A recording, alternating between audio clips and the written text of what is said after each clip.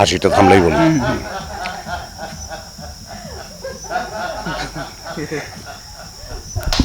নানান ধরনের সংবাদ আসছে, নানান ধরনের কথা, নানান ধরনের কমেন্ট, কে কী লিখছে না লিখছে সব কিছু মিলে একটা বেদিশা অবস্থা যে এটা কি সত্য না ওটা সত্য না কোনটা সত্য।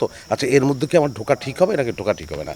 কারণ আমার যদি ঢোকা ঠিক হবে মনে করি তাহলে তো আমাকে আসলে শিওর হতে হবে যে এখানে যেটা লেখা হয়েছে, যে সংবাদটা আমি পাচ্ছি সেটা একদম ঠিকঠাক সঠিক। এই সঠিক সেটা বোঝার জন্য তো আমাকে সেই সঠিক যে এটা বোঝার জন্য তো আমাকে প্রমাণ করতে হবে। আগে আগে হচ্ছে কি আমাকে জানতে হবে যেটা সঠিক, দেন আমি আসলে একটা কমেন্ট করতে পারবো।